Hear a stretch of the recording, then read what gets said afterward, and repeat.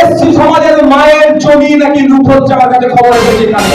তার সাথে কথা বলবো, প্রয়োজনে আমরা থেকে তার জমি উদ্ধার করে যাবো। এটা হচ্ছে আমরা কলকাতা হাইকোর্টে যাচ্ছি, তাদের হয়ে লড়াই করবো।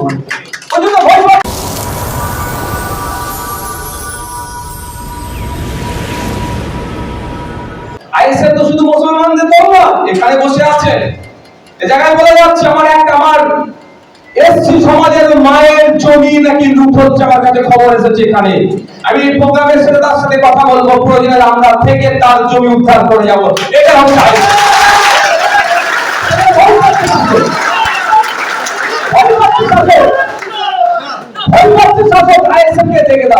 মুসলমানের দল নয়, এসটিএসসি কারো ধর্মীয় দল নয়, বা কোনো ধর্মকে প্রমোট করতে আসেনি। আইএসএফ এসেছে মানুষের অধিকারকে বুঝিয়ে দিতে। যে অত্যাচারিত, যে নিপীড়িত, যে লাঞ্ছিত, যে বঞ্চিত, তার পাশে আইএসএফ দাঁড়াবে। তার ধর্মীয় কি পরিচয় দেখার দরকার নেই। আইএসএফ ছুটে চলে গিয়েছিল চোপড়াতে, ওখানে ধর্মীয় কারণ ধর্মীয় পরিচয় ছিল আদিবাসী, তাদের উপরে তৃণমূলের দুষ্কৃতীরা হামলা করেছিল, বাড়ি ঘর ভেঙে দিয়েছিল।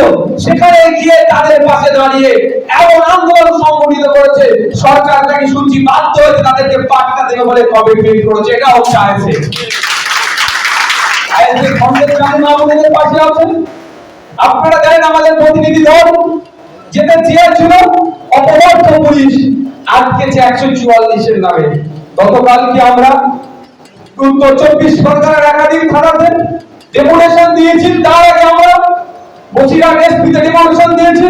তার সাথে সাথে বলে রাখছি, ওখানকার আপনাদের সহ তাদের সাথে যারা অপকর্ম করেছে ওটা সহ, যাদের জমি কেড়ে নিয়ে দেখছিলেন না ভিডিওতে, নোনাজাল ঢুকিয়ে দিচ্ছে, মেছে বাড়ি বানাচ্ছে, এই ধরনের প্রায় 1000 বিঘের কাছাকাছি আমাদের আদিবাসী সমাজের, আমাদের দলিত সমাজের, আমাদের মুসলমান সমাজের মা বোনদের জমি বাবাদের কেড়েছে।